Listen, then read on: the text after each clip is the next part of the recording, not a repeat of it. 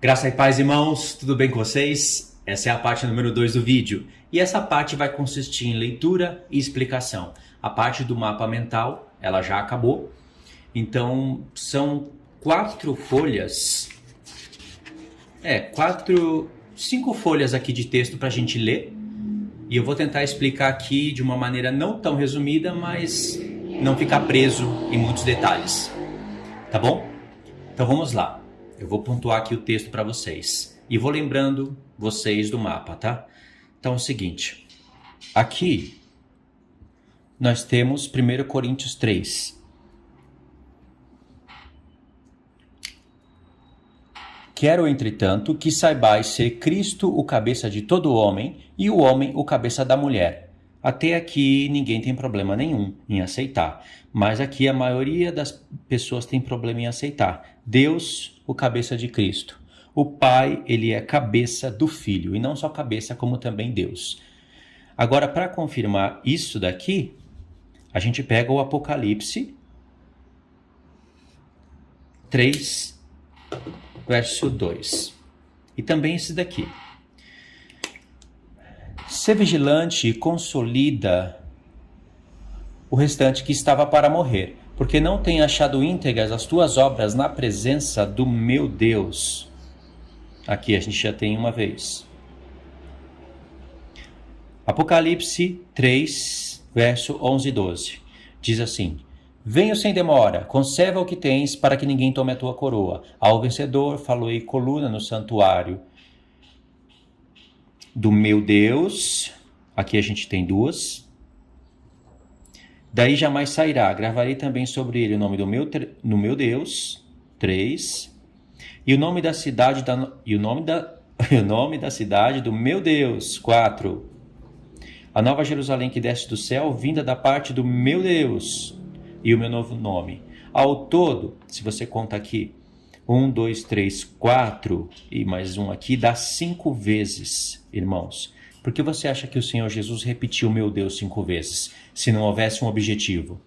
Então aqui provou que o Pai, ele é cabeça do Filho e é Deus do Filho. O Pai é Deus, o Filho é Deus, só que o Pai é um Deus maior, o Filho é um Deus menor. Isso daqui, irmãos, não tem nada a ver com testemunha de Jeová. Pessoas que querem te comparar com testemunha de Jeová são pessoas que, dependendo da pessoa que faz isso, é um canalha. É um cara que dá falso testemunho, que torce as suas palavras. Mas está aqui, está provado. O Filho é Deus, o Pai é Deus. Eles são um único Deus por causa do mesmo Espírito e o Filho é menor que o Pai. O que as testemunhas de Jeová fazem, que diferencia de tudo que eu estou falando? Testemunha de Jeová é uma seita, para ficar bem declarado.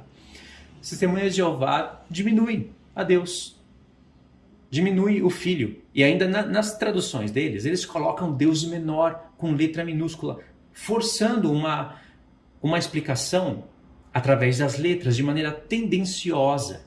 E não somente isso. Eles também falam que o Filho foi criado e usam alguns textos das Escrituras que realmente está falando da criação do Filho. Só que eles não leem o texto todo, eles não leem outros textos. Então, aceitam o que está escrito. A Trindade, infelizmente, por isso que eu falo que ela é um vírus, que ela barra você de entender isso. Nem te capacita a compreender outros pontos, porque quando você limpa a Trindade da sua vida, o Espírito Santo não, a Trindade sim.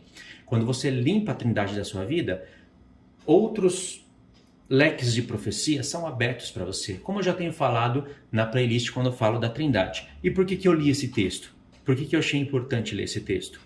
Porque essa é uma das coisas que devem ser restauradas, já que eu estou falando de restaurar o diaconato, o episcopado e o testemunho verdadeiro do Senhor Jesus. O Senhor Jesus não teve problema nenhum em estar do lado do Pai, no trono, sendo todo-poderoso, falando, o meu Deus.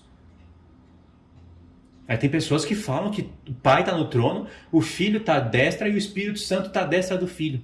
Trono tripartido. Isso é testemunho que a igreja tem que sustentar, irmão? Isso é coisa humana. Agora vamos diretamente no foco principal do vídeo.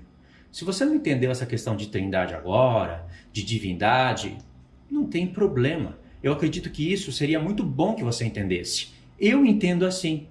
Olha só o conteúdo do canal, a mentalidade que o Senhor me deu. o jeito de explicar as revelações que o Senhor me deu? Olha só, é diferenciada, não é? Bom, pelo menos é o que muitos falam. Tenho muito que aprender, mas eu não menosprezo o que Deus me deu. Eu não deixo pessoas menosprezarem o que Deus me deu. É diferenciado. A Trindade é limitante, fora que é doutrina humana. Você pegar o Espírito do Senhor, que é algo que provém do Pai e provém do Filho, e criar um outro Deus e falar que esse outro Deus é o próprio Pai, é o próprio Deus, mas também que é um Deus visível, isso é criar um outro Deus, irmãos. É um tipo de idolatria. Você está criando mais um Deus além do Pai e do Filho. É um tipo de idolatria. Não estou falando que é aquela idolatria católica, aquela idolatria que te tira a salvação, mas te tira a galardão. Porque para você sustentar a Trindade, primeiro que você vai ler todos os textos da palavra procurando 3. Tudo que tiver 3 é Trindade, e tudo que tiver 2 você descarta. Porque os apóstolos usam várias vezes textos que falam do Pai, do Filho e o Espírito Santo nem sequer é mencionado. Tem textos que falam do Espírito Santo também, mas também tem textos que falam só do Pai e do Filho. Tem que entender que o Espírito faz a comunhão, não somente do Pai com o Filho, mas a comunhão do Pai, do Filho e a Igreja. Se for para você enxergar 3 aí, enxerga a Igreja no meio do pacote revelador. Não é mais bonito? Eu acho mais bonito e muito mais revelador. Agora, isso é uma coisa que tem que ser restaurado dentro do ministério. Vamos ler os textos do ministério. Olha só que interessante aqui essa parte. Atos 20, do 17 ao 35, o que nós vamos aprender aqui? Nós vamos aprender sobre bispo e episcopo. Nós vamos aprender esses 2 pontos. Bispo e episcopo, vocês vão ver que é presbitério, ok? Presbitério. Isso que nós vamos aprender. Então vamos lá. Ok, até aqui eu posso ler. De Mileto mandou a Éfeso chamar os presbíteros da igreja. Presta atenção, presbíteros. E quando se encontraram com ele, disse-lhes: Vós bem sabeis como foi que me conduzi entre vós em todo o tempo, desde o primeiro dia em que me encontrei na Ásia. Em que entrei na Ásia, servindo ao Senhor com toda a humildade, lágrimas e provações que pelas ciladas dos judeus me sobrevieram, jamais deixando de vos anunciar coisa proveitosa e de vô-la ensinar publicamente também de casa em casa. Olha que interessante isso daqui, isso é algo que tem que ser restaurado. As testemunhas de Jeová praticam isso, só que ela leva uma doutrina que é aquela doutrina distorcida do filho. Por isso que João fala, eu não lembro aqui o texto agora, mas ele fala: se alguém vier ter convosco e não trouxer a doutrina dos apóstolos, não o recebais, nem o dais boa-vinda. Claro que no contexto João está falando daqueles que negavam o filho em carne, mas essa não é a única maneira de você negar a divindade do filho. Você pode falar que o filho veio em carne e negar a divindade dele por outros pontos. Satanás muda a estratégia. E essa estratégia maligna está nos testemunhas de Jeová. Limpa disso. Isso é doutrina, na verdade, satânica, né? Estão no meio deles, muitos deles não são satânicos. Eles estão enganados, cegados. Não quer dizer também que vão perder a salvação por isso. Eu não acredito que eles vão perder a salvação por isso. Tem gente que é radical nesse ponto. Ao invés de ser radical contra o calvinismo, não, é radical contra a testemunha de Jeová. Gente, e para mim isso é desequilíbrio total. Vamos voltar aqui no texto. Casa em casa. Eles pregavam o Senhor Jesus de casa em casa. Eu sei que não dá para a gente sair fazendo isso hoje em dia, mas isso vai voltar. De casa em casa vai voltar. Porque nós vamos ser um pouco que banidos da internet em breve. Então vamos lá, verso 21. Testificando tanto a judeus como a gregos o arrependimento para com Deus e a fé em nosso Senhor Jesus Cristo. E agora, constrangido em meu espírito, vou para Jerusalém, não sabendo o que ali me acontecerá. Vamos continuar aqui. Senão que o Espírito Santo de cidade em cidade me assegura que me esperam cadeias e tribulações. Porém, em nada considero a vida preciosa para mim mesmo, contanto que complete a minha carreira e o ministério, aqui essa palavra com certeza é diaconato, que recebi do Senhor Jesus, para testemunhar o evangelho da graça de Deus. Veja qual é o evangelho da graça de Deus. Paulo nunca anulou a lei, os 10 mandamentos, como muitos fazem por aí. Agora, eu sei que todos vós, em cujo meio passei pregando o reino, não vereis mais o meu rosto. Portanto, eu vos protesto, no dia de hoje, que estou limpo do sangue de todos vós. Essa expressão aqui, ela é muito interessante. Quando Paulo fala aqui, está limpo do sangue, porque ele tirou lá de Ezequiel, do profeta Ezequiel, essa expressão. Porque jamais deixei de vos anunciar todo o desígnio de Deus. Agora começa, aqui no verso 28, começa o ponto mais importante. Atendei por vós e por todo o rebanho, sobre o qual o Espírito Santo vos constituiu bispos, para pastoreardes. Vê aqui, bispo, pastoreia. A igreja de Deus, a qual ele comprou com seu próprio sangue. Mas veja que no verso 17, Paulo mandou chamar os... Vou anotar aqui. Paulo mandou chamar os presbíteros. E ele está chamando os presbíteros de bispos. E aqui a palavra bispo é aquela palavrinha que eu costumo falar para vocês. No grego, se você clicasse aqui num aplicativo para grego, iria sair a palavra episcopos. Episcopos. Supervisor geral. Agora verso 29. Diz assim: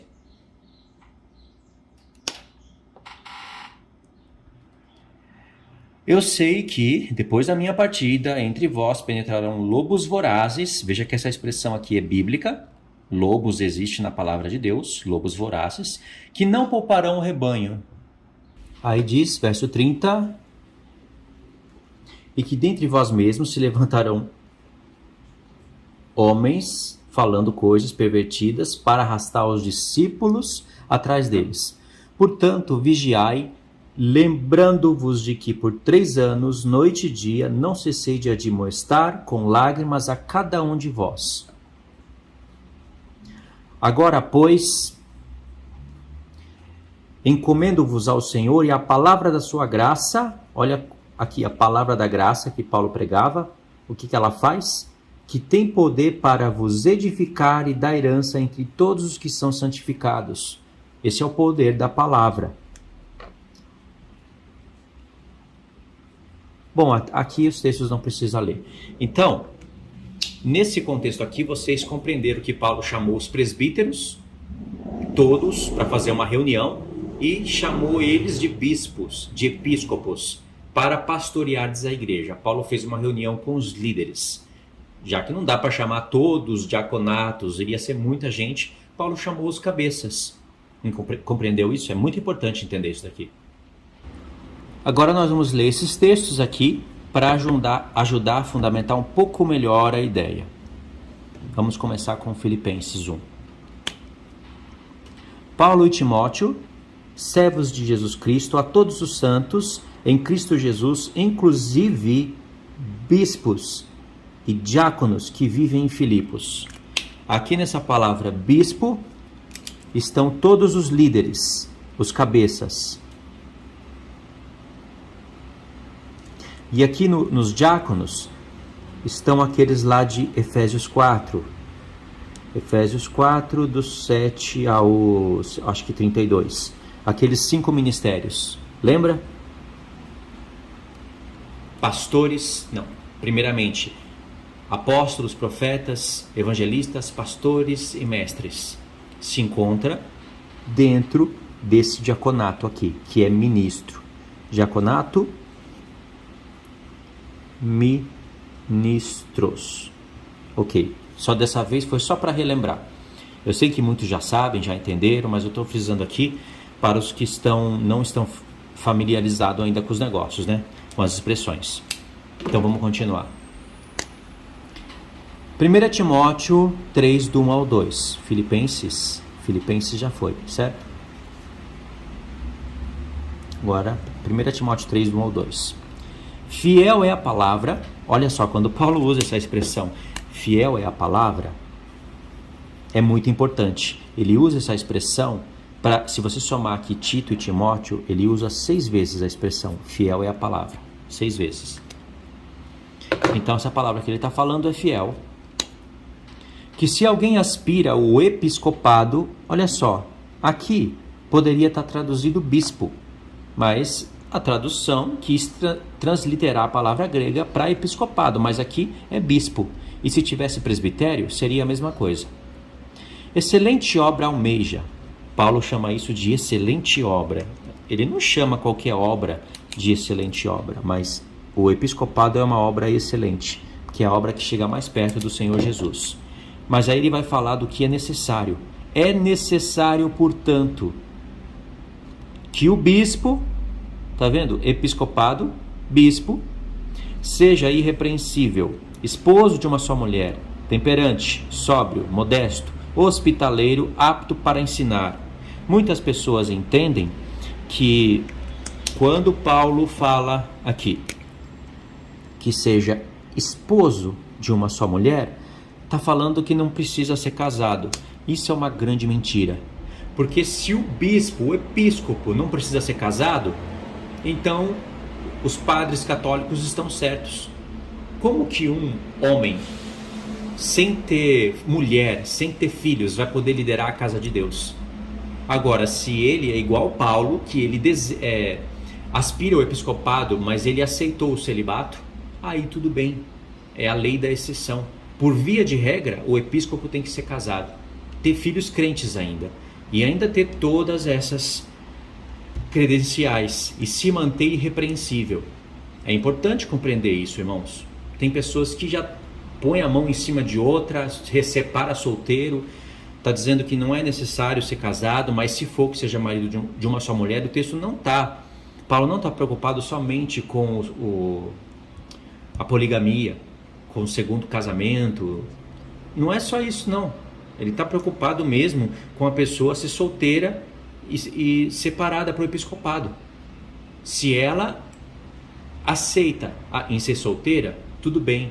Em outro ponto, textos que eu não separei aqui, Paulo falou assim: eu queria que todos fossem como eu sou. Lá para Coríntios ele fala isso. Queria que todos fossem como eu sou. E ele se referia a ser solteiro. Aí ele fala, mas cada um tem de Deus o seu próprio dom. Aí ele vai falar de solteiro e de casado.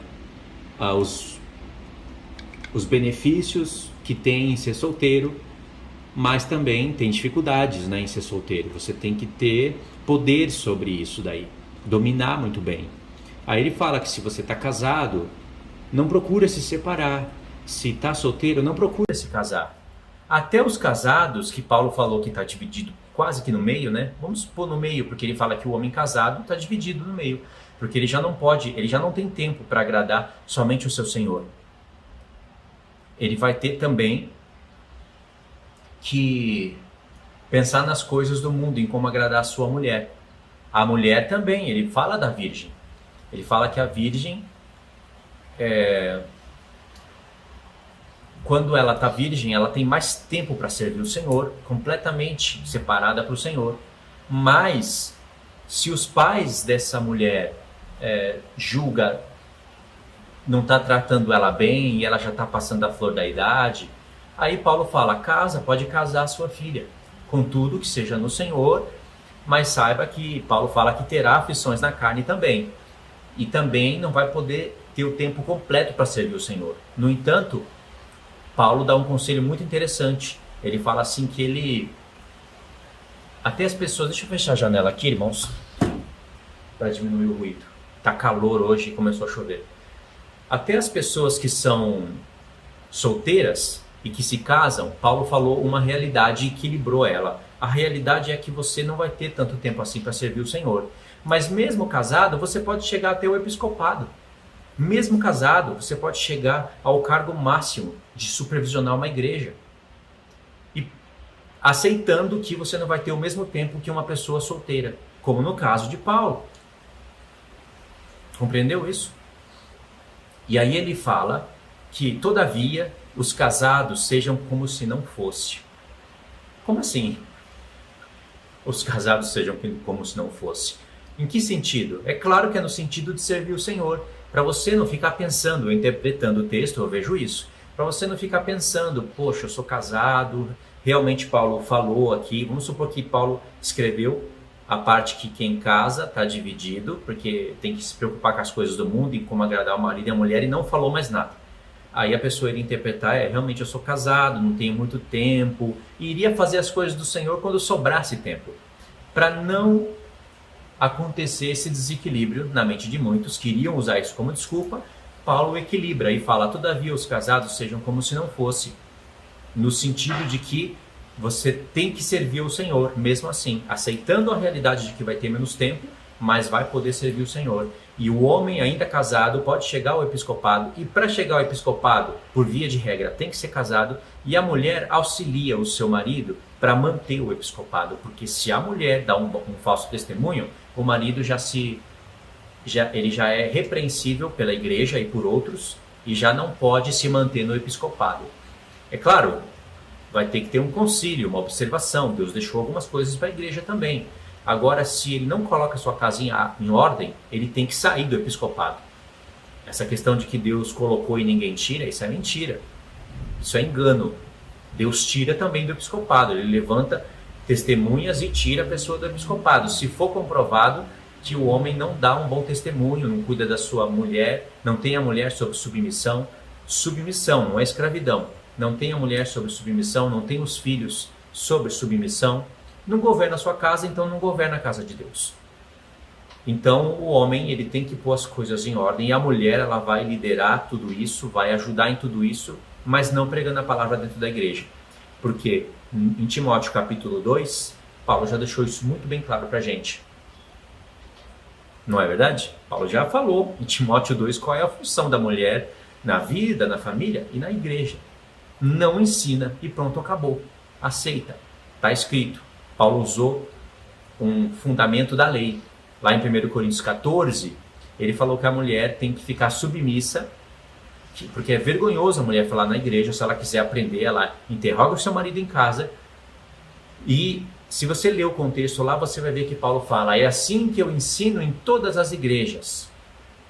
Tem traduções que fazem uma força para quebrar essa parte. Eles mudam a vírgula de lugar, mudam a frase de lugar. Isso é tendenciosidade.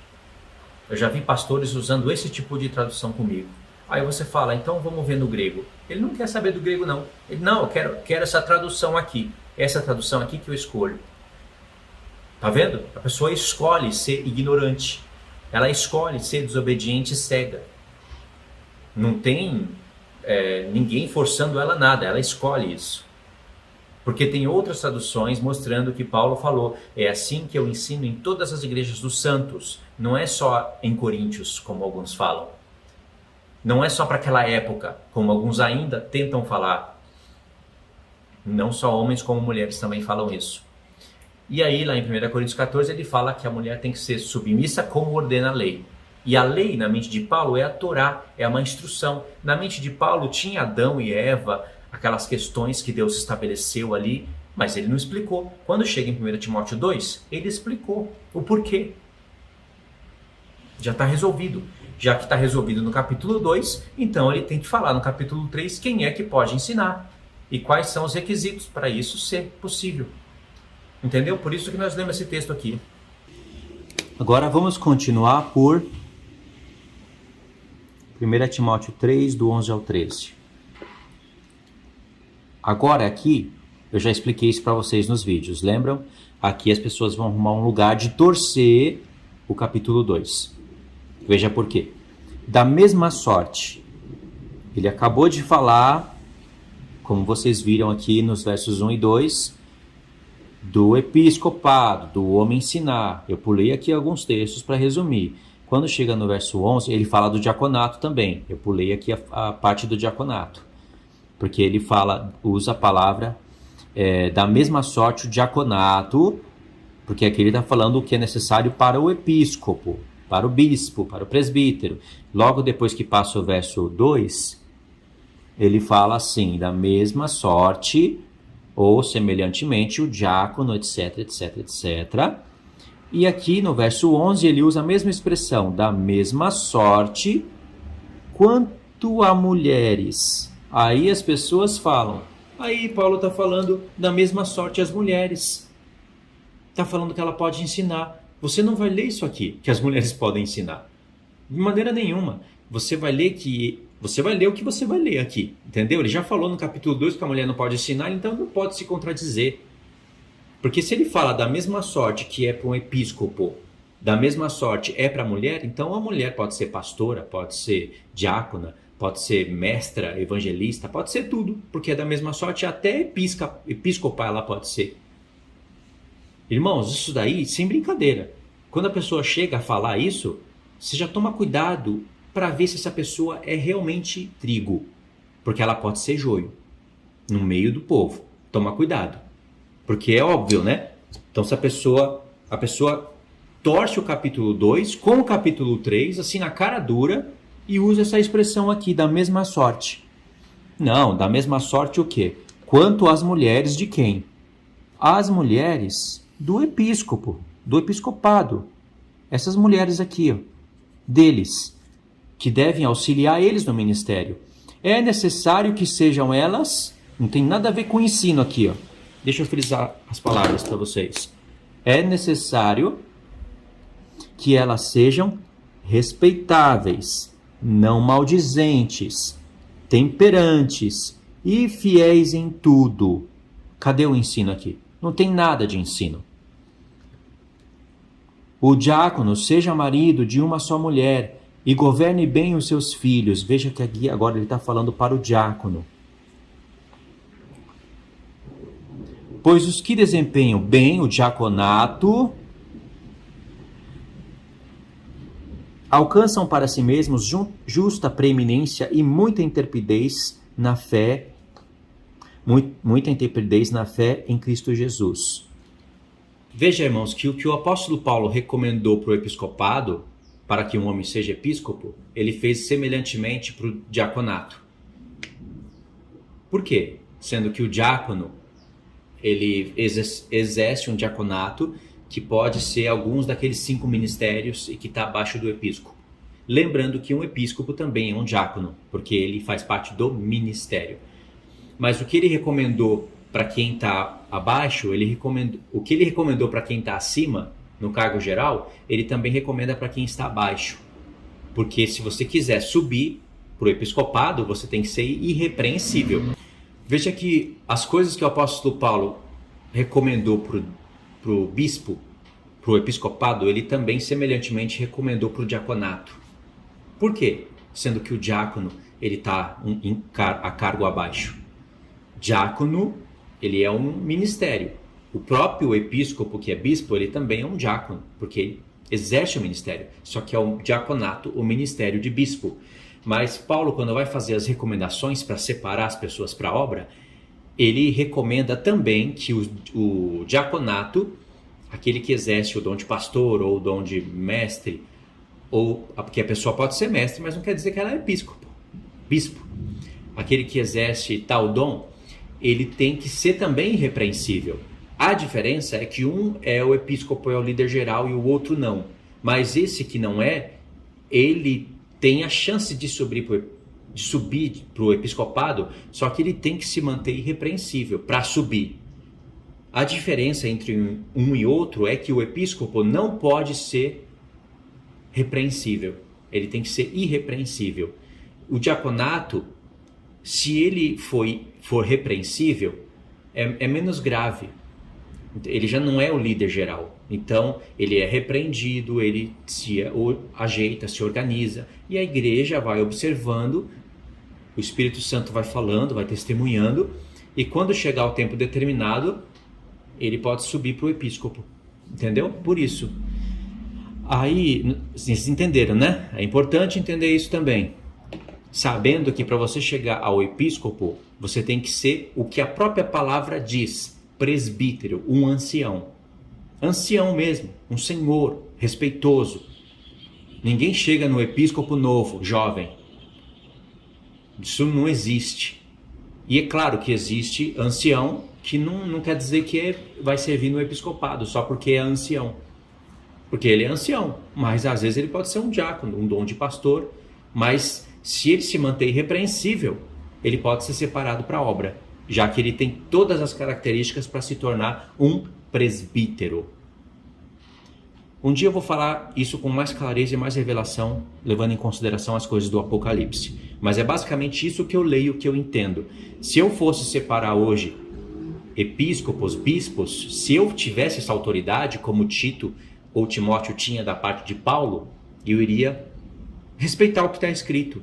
Não iria impor as mãos precipitadamente nas pessoas só porque a igreja está precisando de um pastor, a igreja está precisando de uma pessoa aqui para trabalhar, então vem e impõe as mãos, o Espírito Santo falou. Falou nada, está tudo ao contrário. Não está respeitando o que está escrito. Então como que o Espírito Santo falou? É engano da alma. Entendeu? Por isso que é importante compreender essas coisas. Agora, continuando aqui o texto, nós vamos para Tito. Tito 1, do 5 ao 9, diz assim: Por esta causa te deixei em Creta, para que pusesses em ordem as coisas restantes, bem como em cada cidade constituísses presbítero. Ó Tito, um jovem constituindo presbítero. Conforme te prescrevi. Aqui está a chave, para ninguém torcer a palavra. Conforme te prescrevi. Tem gente que não acredita nessa parte de verde, acredita só na parte de azul. Alguém que seja irrepreensível, marido de uma só mulher, que tenha filhos crentes, que não são acusados de dissolução, nem insubordinados. Porque é indispensável que o bispo seja irrepreensível, como dispenseiro de Deus, não arrogante, não irascível, não dado a vinho, nem violento, nem cobiçoso de torpe ganância. Verso 8.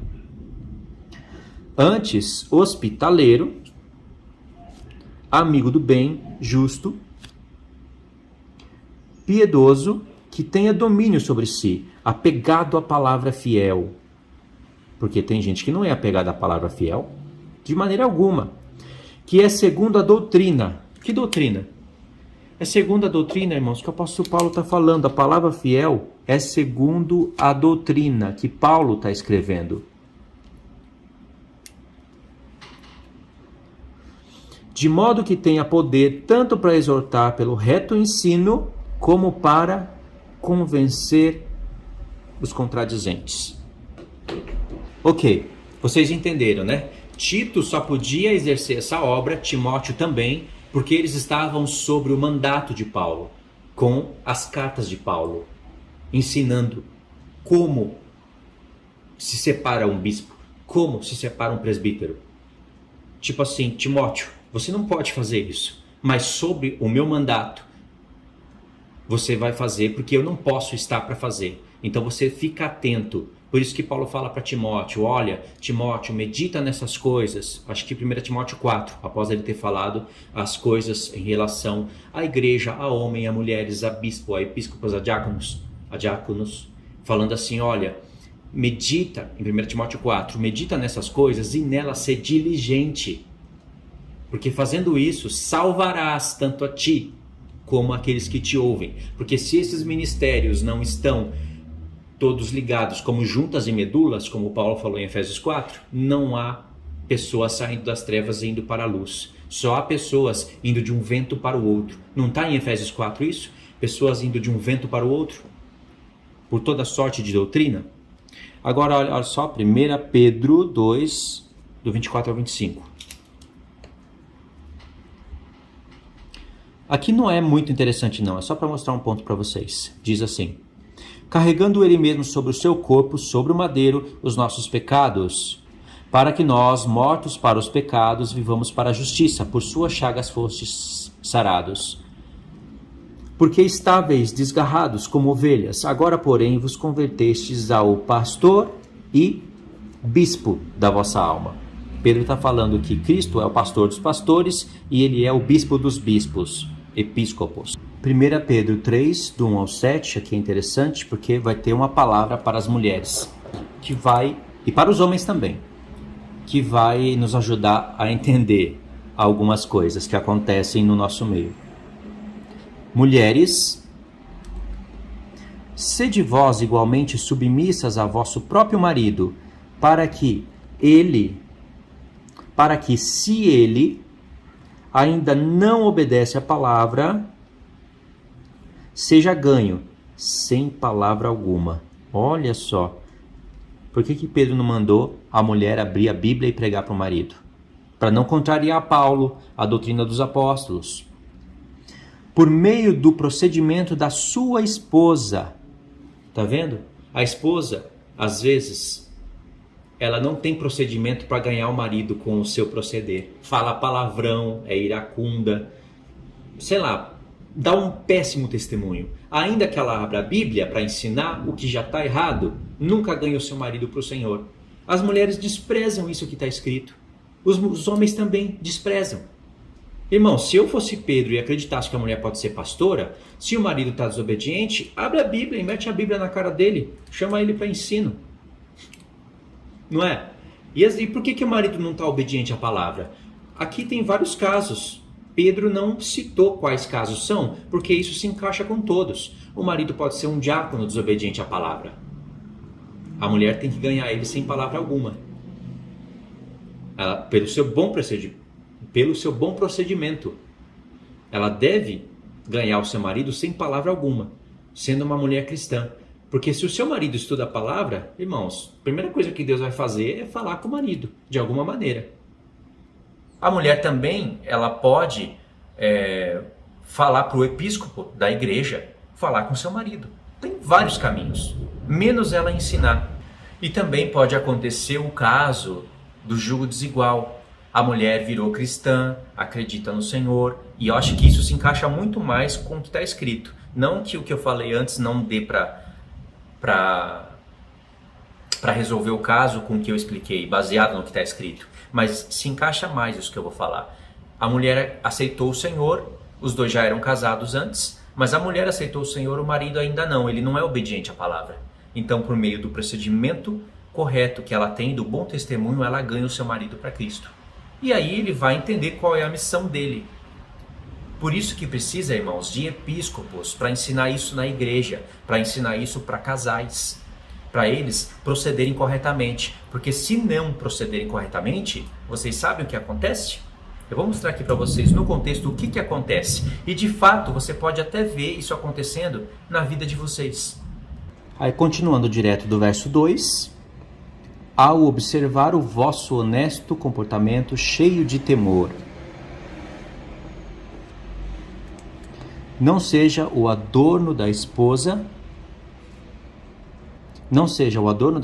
o que é exterior, como frisado de cabelos, adereços de ouro, aparato de vestuário, seja, porém, o homem interior do coração. Aqui o homem foi aplicado à mulher, né? Porque aqui é a palavra homem no gênero humano, Adão. Seja, porém, o homem interior do coração, unido ao incorruptível trajo de um espírito manso e tranquilo, que é de grande valor diante de Deus. Pois foi assim também que a si mesmas se ataviaram outrora as santas mulheres que esperavam em Deus, estando submissas ao seu próprio marido. Olha aqui, ó, o que as mulheres não querem aceitar de maneira nenhuma, muitas delas. Como fazia Sara, que obedeceu a Abraão, chamando-lhe Senhor. Quem é a mulher que quer fazer isso hoje? A qual vós vos tornastes filhas, praticando o bem e não temendo perturbação alguma. Maridos, vós igualmente, vivei em vida comum do lar, com discernimento e tendo consideração para com a vossa, continuando daqui, com a vossa mulher. Como parte mais frágil, tratai-a com dignidade, porque sois juntamente herdeiros da mesma graça de vida, para que tudo que Pedro falou, você tem que botar atenção aqui, tudo que Pedro falou, tudo isso daqui, Ó, para que não se interrompam as vossas orações. Aqui, irmãos, é uma parte importantíssima. Pedro está falando que se pessoas não obedecem todo esse princípio aqui, orações são interrompidas. Tá vendo? Pedro falou que a mulher é uma parte mais frágil. Mas o que o feminismo grita no ouvido de todas as mulheres do mundo e até mesmo da igreja? Que a mulher não é frágil coisa nenhuma. A mulher é poderosa, a mulher pode, a mulher isso, a mulher aquilo, os homens não fazem, vamos nós fazer. A mulher não pode ser rebaixada e mistura um monte de coisa, um monte de caco, um monte de lixo e entra dentro das mulheres, nas igrejas. Mulheres como cabeça da igreja. Ainda que algumas não se denominam pastoras, estão lá pregando como se fosse. E aí orações são impedidas. Por isso entra adultério, o marido trai a mulher trai o marido, ou os filhos que não são... os filhos não estão debaixo de uma autoridade bíblica. Os pais já estão desobedecendo a Deus. Já que os pais, como filhos, desobedecem a Deus, Deus também não trata com os filhos. E assim os filhos desobedecem os pais. Tudo fica desregrado. E quando eles oram a Deus, Deus não ouve. As orações são impedidas porque eles desobedecem esse princípio bíblico. Paulo falou que Sara não ficava se enfeitando toda como se isso fosse o adorno da mulher. Mas era um modo simples dela, respeitoso, de honrar o seu marido, amar o seu marido, e lhe chamava Senhor. Isso está no Novo Testamento. E disse que ela é um vaso mais frágil. E não deve ganhar o seu marido com palavra, se ele é desobediente. Deve ganhar com seu bom procedimento. E aí? Entendeu por que muitas orações não são ouvidas? E por que Satanás continua destruindo famílias? Porque não obedecem o princípio bíblico, que se você for olhar bem, ele é simples. Não tem nada de misterioso, não é um bicho de 7 cabeças. O bicho de 7 cabeças que quer fazer as pessoas não obedecerem o princípio da palavra. Agora, irmãos, só para a gente entrar aqui para o final do vídeo, vamos ler Efésios 4, do 7 a 32. Porque esses ministérios sendo restaurados, restaura todas as coisas. Como eu tenho falado para vocês nos vídeos anteriores, naqueles vídeos curtos que eu gravo lá em cima, numa playlist, está tudo aí para vocês. Só para relembrar, vamos lá. Efésios 4, do 7 ao 32. Vamos pegar aqui, ó, verso 7. E a graça foi concedida a cada um de nós segundo a proporção do dom de Cristo. Por isso diz, quando ele subiu às alturas, levou cativo o cativeiro e deu dons aos homens. Aqui, esses dons vão ser aqueles que Paulo vai explicar aqui no contexto. Ora, que quer dizer subiu, senão que também havia descido até as regiões inferiores da terra? Ele está interpretando um salmo aqui. Aquele que desceu é também o mesmo que subiu acima de todos os céus para encher todas as coisas, irmãos. Olha aqui, ó, encher. A palavra aqui, encher, no grego, é a palavra pleroma, que é plenificar. E foi bem traduzido aqui, mas pleno fica mais bonito. Para plenificar todas as coisas. Plenificar todas as coisas como? Presta atenção. Dons, plenificar. Ele mesmo concedeu uns para apóstolos. São dons. Concedeu uns para apóstolos, outro para profetas. Deixa eu assinalar aqui. Apóstolos, profetas. Outros para evangelistas, outros para pastores e mestres. Ao todo são 5, ok? Com vista, aqui, ó, por que o Senhor fez isso? O propósito, com vista ao aperfeiçoamento dos santos. Lembra que as pessoas falam de igreja perfeita? Por que você está buscando uma igreja perfeita? O que você quer é uma igreja perfeita. Mas, irmãos, Cristo quer uma igreja perfeita. Isso foi estabelecido na igreja para buscar a perfeição.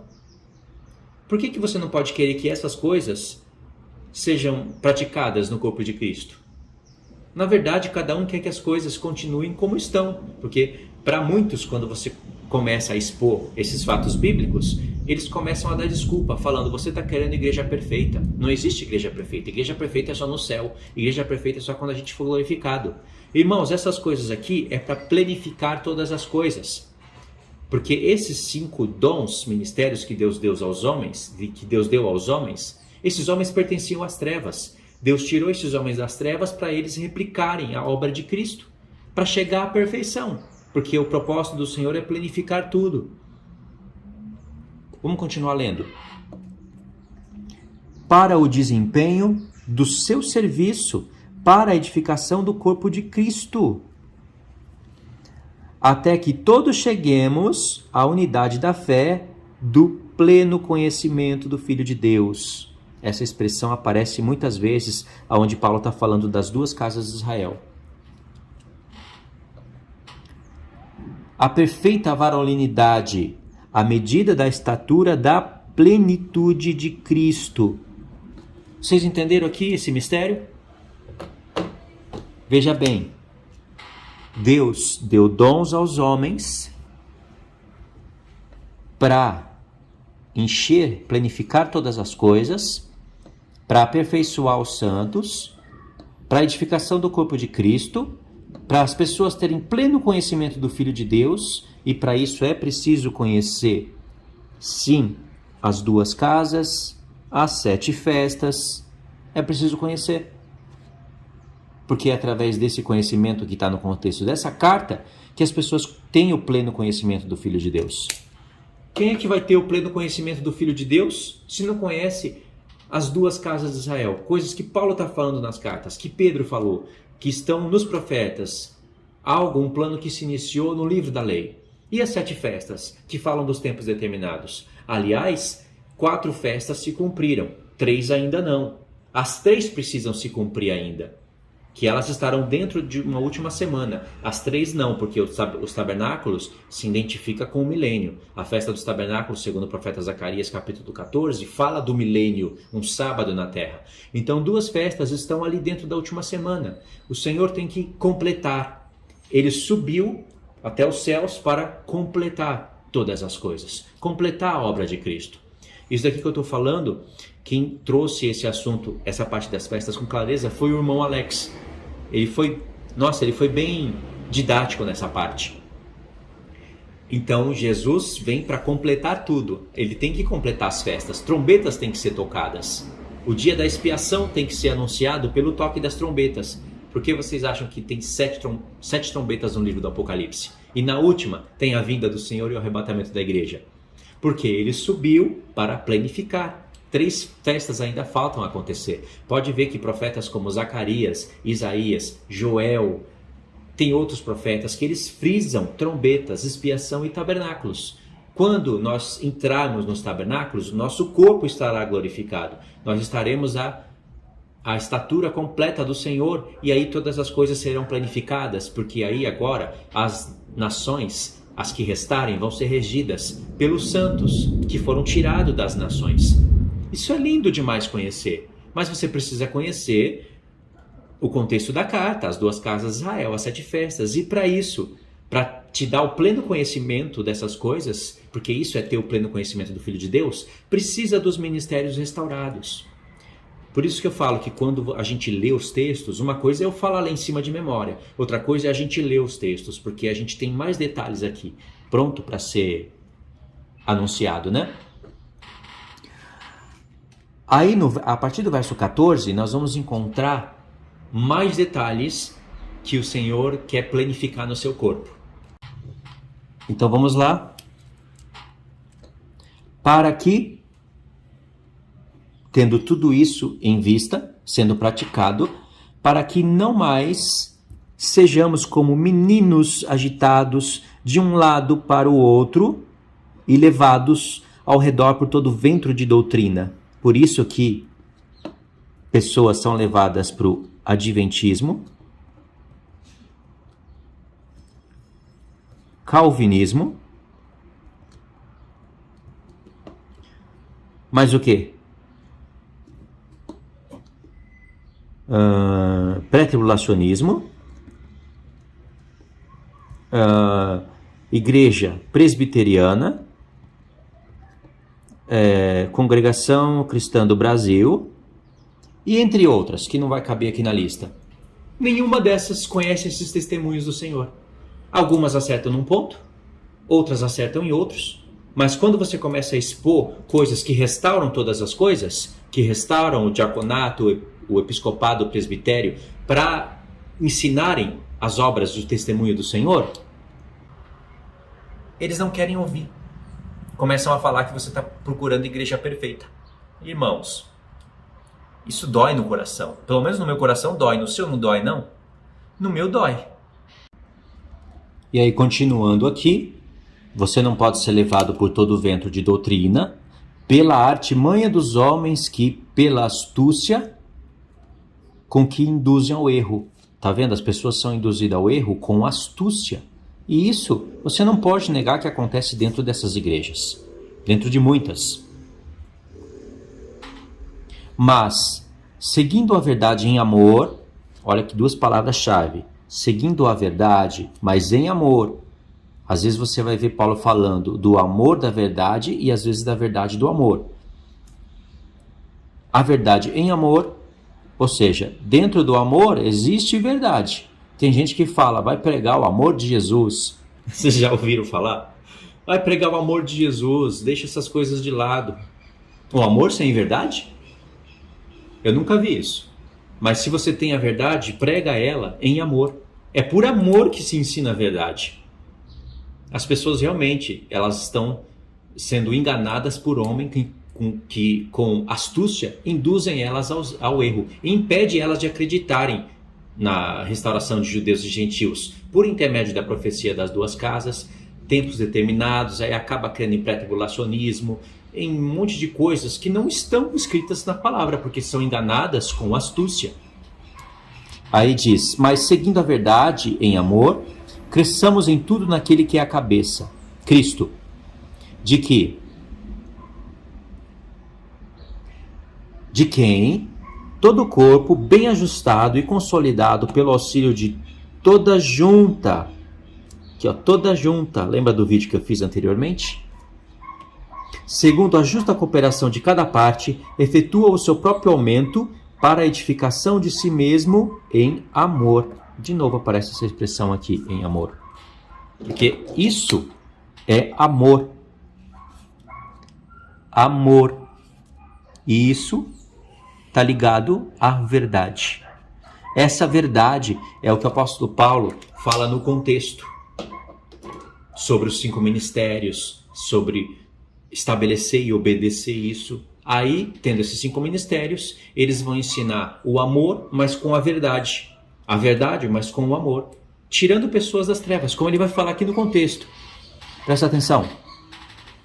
Isto, portanto, digo no Senhor e testifico, que não mais andeis como também andam os gentios. Veja que agora ele considerou que as pessoas que estão lendo a sua carta entenderam que não são mais gentios.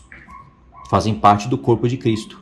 Na vaidade dos seus próprios pensamentos, obscurecidos de entendimento, alheios à vida de Deus, por causa da ignorância em que vivem, pela dureza do seu coração. Os quais, tendo se tornado insensíveis, entregaram a dissolução para com avidez cometerem toda sorte de impureza. Verso 20. Mas não foi assim que aprendestes a Cristo. Está vendo? Paulo já havia ensinado para eles. Não pessoalmente, mas eles já tinham fé em Cristo, né? Mas não foi assim que aprendestes a Cristo. Se é que, de fato, o tendes ouvido. Ele fala isso daqui também no capítulo 3. E nele fostes instruídos, segundo a verdade, em Jesus, no sentido de que, olha o que ele está falando. Quanto ao trato passado, vos despojeis do velho homem, que se corrompe segundo as concupiscências do engano, e vos renoveis no espírito do vosso entendimento. Aqui, ele fez uma referência a Jeremias 31, verso 31 até o 35. Porque ele fala aqui do espírito do vosso entendimento. Eu sei que a palavra espírito aqui está com letra minúscula, mas Deus prometeu lá em Jeremias 31, que ele faria nova aliança com as duas casas de Israel. E aí tem que estar os gentios. Iria tirar a lei das tábuas de pedra e colocar na mente. E isso é através da habitação do Espírito de Deus, no espírito do homem interior, no espírito do nosso entendimento. Então Deus quer escrever as leis dele no nosso coração e não tirar, como dizem muitas igrejas. Jesus agora veio nos salvar pela graça e não pela lei. Se enrolando tudo nas coisas que Paulo ensina. De fato, quando Paulo fala que nós não somos salvos pela lei, ele se refere às obras da lei da antiga aliança. Não tinha Novo Testamento, tinha templo, tinha sacerdotes, sacrifícios estavam sendo feitos. Estava escrito, o que eles tinham de escritura, estava tudo ali, tinha que ser participante. Por isso o rolo. Paulo lutava para tirar as pessoas do tempo da antiga aliança para trazer para a nova aliança. Por isso Satanás levantava judeus, levantava qualquer tipo de pessoas para impedir a obra, usando a própria escritura. É daí que Paulo fala que a letra mata, mas o Espírito traz vida. O Espírito traz vida através da letra. O Espírito não traz vida se não for por intermédio do que está escrito. Mas o que está escrito, se for usado para o mal, traz morte. Assim como Satanás usava os judeus lá no tempo de Paulo para usar a própria escritura para trazer morte para o povo. Isso Paulo explica em Gálatas, em Efésios 2, aqui ele volta a falar, em Romanos 2, principalmente na carta de Romanos no geral, em Filipenses, ele espalha isso pelas suas cartas, em Coríntios. Isso se chama a transição das alianças, que faz parte também de ter o pleno conhecimento do Senhor Jesus, para você não ir para o vento do judaísmo e nem para o vento do calvinismo. Tanto um como o outro estão errados. Segundo o entendimento que o Senhor me deu, é isso. Muitas pessoas, quando ouvem isso, vão falar: então é só você que está certo? Você é o dono da verdade? Porque cada um quer defender a sua doutrina. Um quer defender o judaísmo, que pá na cabeça, oração em hebraico, fala em hebraico agora, essas coisas. Outros querem defender coisas que o judaísmo abomina, que em certos pontos eles vão estar certos. Outros querem defender sola gracia, calvinismo. Estão errados. Eu tenho o direito de falar, ambos estão errados. E provo pelas escrituras. Será que eles podem fazer o mesmo? Ou eles vão falar só isso? Você se acha o dono da verdade? É só isso que eles têm para falar? Prova pelas escrituras. Por isso que eu digo, é necessário restaurar o episcopado, o diaconato e as verdades de Cristo. Então, voltando aqui para o texto. E vos revistais do novo homem, criado segundo Deus, em justiça e retidão procedentes da verdade. Por isso, deixando a mentira, fale cada um a verdade com o seu próximo, porque somos membros uns dos outros. Irai-vos e não pequeis, não se ponha o sol sobre a vossa ira, nem deis lugar ao diabo. Aquele que furtava, não furte mais. Aqui, ó, mandamentos. Cadê? Aquele que furtava, não furte mais. Não roubarás. Antes trabalhe, fazendo com as próprias mãos o que é bom, para que tenha com que acudir o necessitado. E Paulo continua falando dos mandamentos de Deus em Efésios 5. Não saia da vossa boca nenhuma palavra torpe, e sim unicamente a que for boa para a edificação, conforme a necessidade, e assim transmita graça aos que ouvem. Isso não significa que você não pode denunciar lobos vorazes. Tem que sair da sua boca palavras de graça, para transmitir a graça do Senhor. Mas não quer dizer que quando tem lobos entrando no rebanho, você não possa falar. São lobos. Você está vendo lobos vindo, lobos vorazes, raças de víboras. Você tem que denunciar. Porque se você não denunciar, você está falhando no toque de trombeta. Você é um atalaia que vê lobos entrando no meio do rebanho para arrebatar ovelhas e não alerta. Ai, meus irmãos, vamos amar eles. Paulo não fala isso. Paulo, lá em Atos 20, chama pessoas que iriam entrar no rebanho para atrair o rebanho após si, e dentre eles mesmos iriam se levantar apóstatas. Paulo chama de lobos vorazes. Paulo fala para os Gálatas que aqueles judeus que estavam indo lá após a sua saída e contrariando tudo que Paulo falava e levando as pessoas para uma mentalidade atrasada de antiga aliança, usando as escrituras de maneira completamente errada, Paulo fala, esses vão se destruir uns aos outros. Tomara que isso aconteça mesmo. Quem dera eles se autodestruíssem. Porque Paulo discerniu que aqueles homens não eram inocentes. Era o que Paulo fala lá em 1 Coríntios 15. Ministros de Satanás transfigurados em ministros de Cristo. Transformados. Isso só é possível acontecer se uma pessoa fala de Jesus, fala da salvação, ora, usa a palavra. Mas todo o propósito dela é tirar a pessoa da mentira, da verdade, e levar para a mentira. Tirar a pessoa do acerto e levar para o erro. Prender ela em alguma doutrina. E ali a pessoa continua falando de Jesus. Essa é a artimanha de Satanás que Paulo já nos avisou pelas suas cartas. A artimanha de Satanás é joio no meio do trigo. Joio e trigo são parecidos. E Satanás, Deus permite que Satanás transforme alguns dos seus ministros, dos seus diáconos, em diáconos de Cristo. Então é muito parecido, mas só que pela palavra você vai discernir.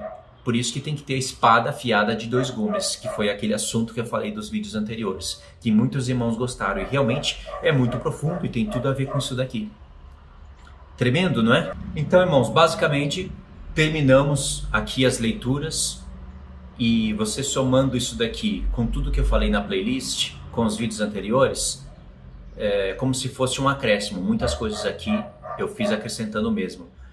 Eu queria que você deixasse os seus comentários para eu entender, se vocês estão entendendo. Eu tive dificuldades aqui para gravar o celular, ele começa a esquentar demais e desliga. Estou gravando tudo pelo celular. Mas, irmãos, eu acredito que eu consegui transmitir a mensagem. Essa mensagem tem que ser estudada. Quem deseja restaurar as coisas do Senhor, é necessário que aprenda essas coisas. Aprenda da maneira correta e depois aprenda a transmitir. Deus tem levantado homens para fazer isso. E vai levantar ainda mais pessoas. Deus me levantou para esse propósito. Eu sei, são muitas doutrinas, são muitas igrejas, são muitos ministros de Satanás. Mas a palavra de Deus tem poder para destruir tudo isso. Como Paulo fala em Atos 20, ela tem poder para dar herança entre aqueles que são santificados. Tem poder para santificar, para salvar, para dar herança entre os que são santificados. Então, por mais que pareça impossível você conseguir destruir doutrinas e tirar pessoas desses ventos de doutrinas das trevas e trazerem para a luz para elas entenderem o propósito de restauração e participarem, não é impossível para Deus. Basta ter um coração que se aplica a essas coisas. Tá bom? Esse é o meu coração. Eu não tenho mais nada para fazer da vida, a não ser isso. E eu espero que você tenha entendido, e alguns de vocês eu sei que Deus vai chamar para esse propósito. Tá bom? Então é isso daí, irmãos. Muito obrigado por ter assistido até aqui. Tudo que eu falei aqui, isso é o desejo do meu coração. Espero que seja o desejo do coração de vocês também. Tá bom? Deus abençoe a todos, fiquem na paz e até os próximos estudos.